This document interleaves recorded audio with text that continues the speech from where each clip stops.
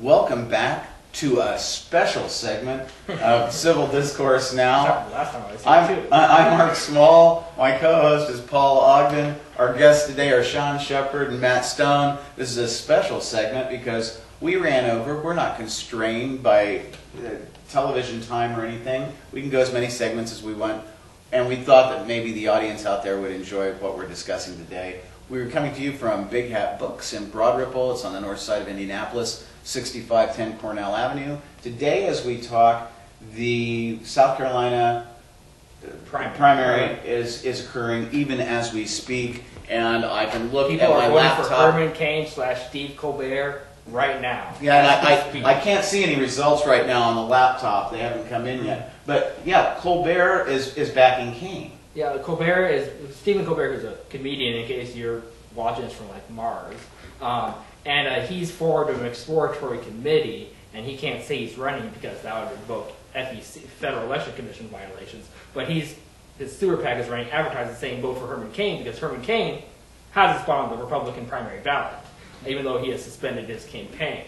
And they had a big rally in South Carolina yesterday that had 4,000 people. And apparently everyone else's rallies, Newt Gingrich's, Mitt Romney's, Ron Paul's, Rick Santorum's, had like hundreds of people. No, Ron Paul had over 1,000 people. Yeah, it was an aircraft hangar, so it was still mostly empty. And Stewart and Colbert, still 1,000 people. Stewart and Colbert are making fun of the whole process, and by doing so, I mean they're demonstrating how the super PACs under Citizens United function. Well, and their lawyer is a former FEC chairman, which you would think would be illegal. But it's not. Yeah, and so we attended the demonstration that Colbert and Stewart did last year. We were in D.C. It was like, and I was at a demonstration in D.C. in 1976 on the 4th. It was a bicentennial demonstration.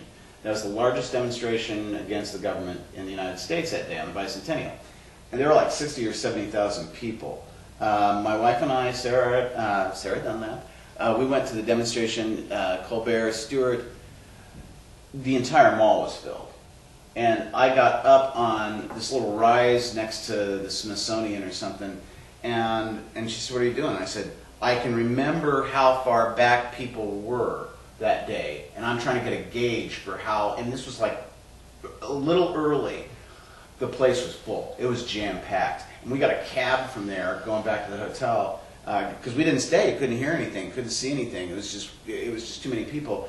And we got in the cab, and the cab goes, "What's going on here?" And I said, "Well, it's Colbert Stewart rally." And he goes, "Is it any of them that are teabaggers?" I said, "No, why?" And he goes, "Man, they were here a couple of weeks ago for another demonstration. They tip like hell. I mean, we tipped him well." But Colbert and Stewart are making a point. They're demonstrating how absurd the law is through actually doing it. That's getting the message across more than some of the people who are trying to say this is a really screwed up law. Well, it's like Mitt Romney was on Morning Joe on MSNBC, and he's saying, "I can't coordinate with the super PAC anyway, and if we do, we're going to go to the big house." But Stewart and Colbert asked that question, what would happen if they did coordinate? It's a fine. And he's like, "You get fined." And Stewart starts freaking out on the show, and Stewart's like, "Wait a second. Could I pay that with sewer PAC money?" Probably. So he's like, "Well, whatever."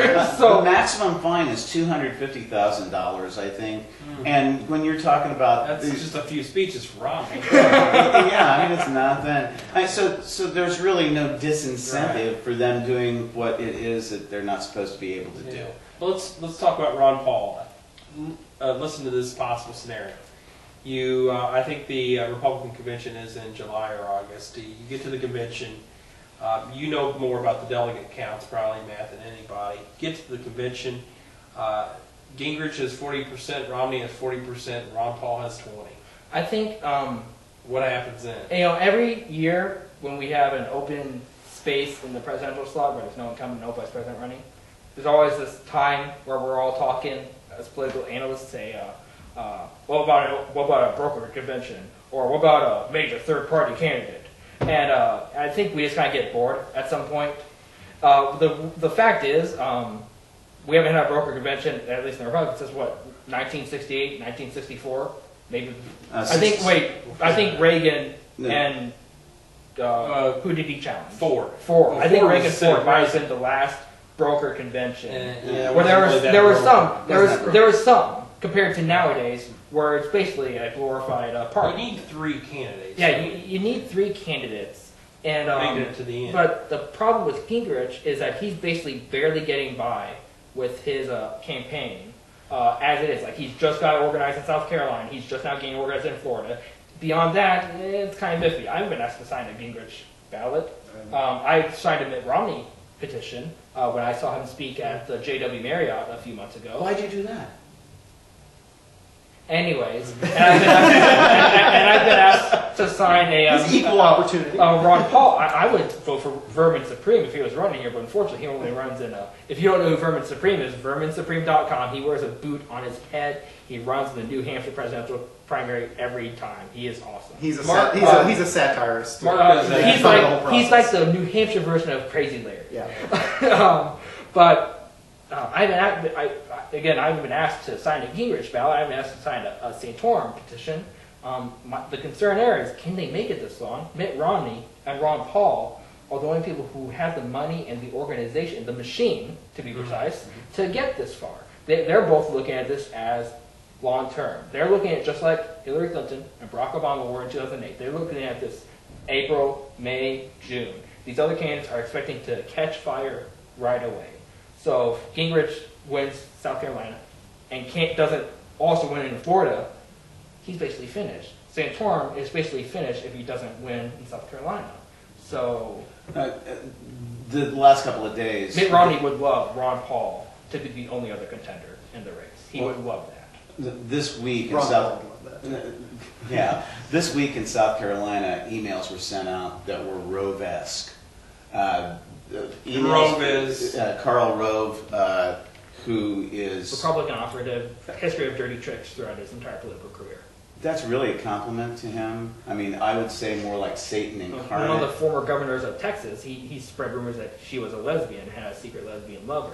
Yes, and the rumors that were going around had Gingrich saying that he was I think he was Had a pro-choice. secret abortion. His wife had had an abortion, and then another email came out and Well- supposedly was from the Gingrich Well, campaign. no, it's mostly from CNN. Yeah, that's it. So it made it seem like a legitimate news story. Yeah, and that just has Rove spelled all over it. So that Romney has this huge amount of money. He has no really discernible stand on issues. And he has a political operative running his campaign who has no morals. Well, and Karl Rove's super PAC is running ads in several states, talking about Solyndra, talking about the debt, and but a very anti-Obama ad. Not mentioning Romney, but he's running in several states about it's like a $5 million buy in several of the battleground states. And Obama's the DNC ran a counter ad to it, a $1.8 million ad buy.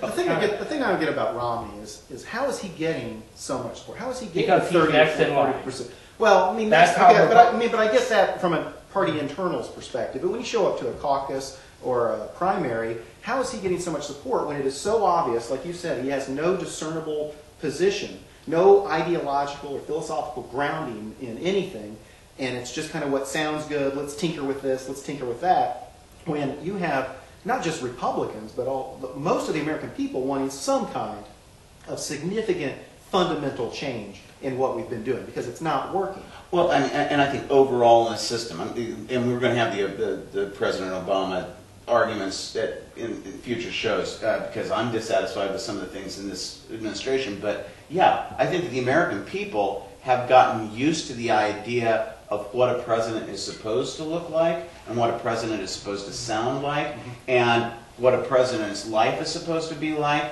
And so they're looking for a pattern, and Romney looks like a president should look, but he just doesn't have the ability to adapt.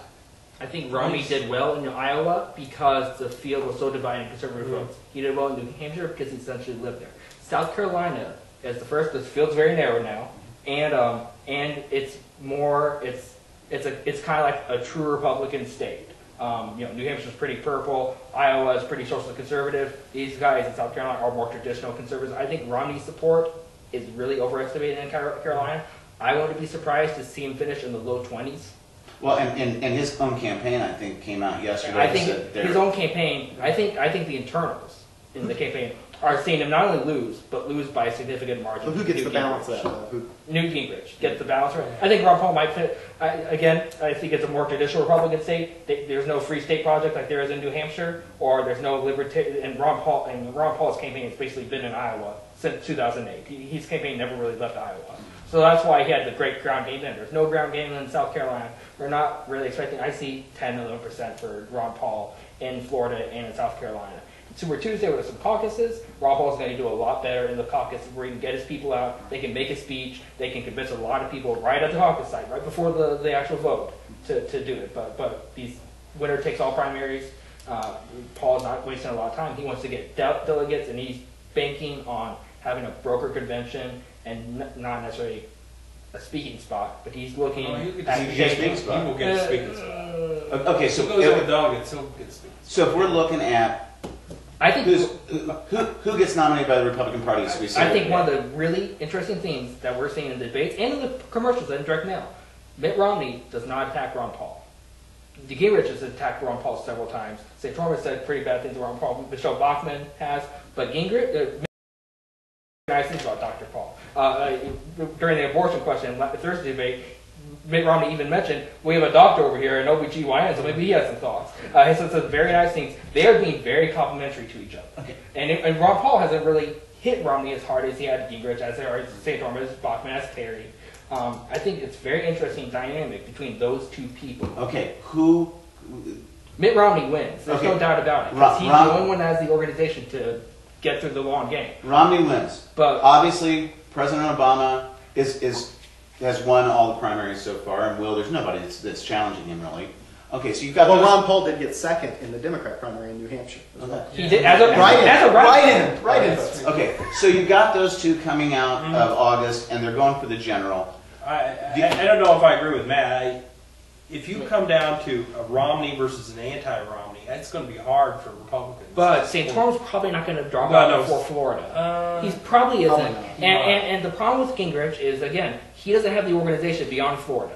True, he doesn't have the organization. If he can get it together really quickly, he has a chance. We're going to get a majority. But Gingrich has a history of melting down. Right. Of just going completely crazy. I mean, when you saw him out of Iowa, it looked like he was just going to go scorched earth on Romney and just stab him in the back, and that looked like to be his primary goal. Okay, and if he gets hurt in South Carolina, that could be his primary goal. So we've got Romney and Obama coming out of the gates towards a general, and a whole lot of the people in the country are pissed off by that choice. Do you see a third party anyplace? No. I think there will be a third party. Well, yeah, it'll be like a Ron Paul running. And we're going to have people from the American... American You're going to have a libertarian candidate. Yeah. I think Romney is recognizing that Ron Paul is a significant portion of the Republican primary, of the Republican Party, and Romney is probably the only one who's seriously considering bringing Ron Paul's people, a lot of independents, and some Democrats, into the fold. What about American Select? That's another show. That's a whole other show. Okay. We need to talk about the Super Bowl thing. Next week, we are going to be filming on this show an act of what could be described as civil disobedience, because Indianapolis is as a city has kind of sold itself for the NFL. The NFL has restrictions on free speech downtown. You cannot put up temporary signs within 30 days of the Super Bowl. That's a violation of the First Amendment of the Constitution of the United States, and also Article 1, Section 9 of the Indiana Constitution. So I believe we're going to be filming a demonstration against that. It might be an act of civil disobedience. Maybe arrests. I don't know. I'm Mark Small. Co-host is Paul Ogden. Our guests are Sean Shepard, Matt Stone. We've had fun here today. Yes, we have. It's been a blast. Join us next week. Thank you very much.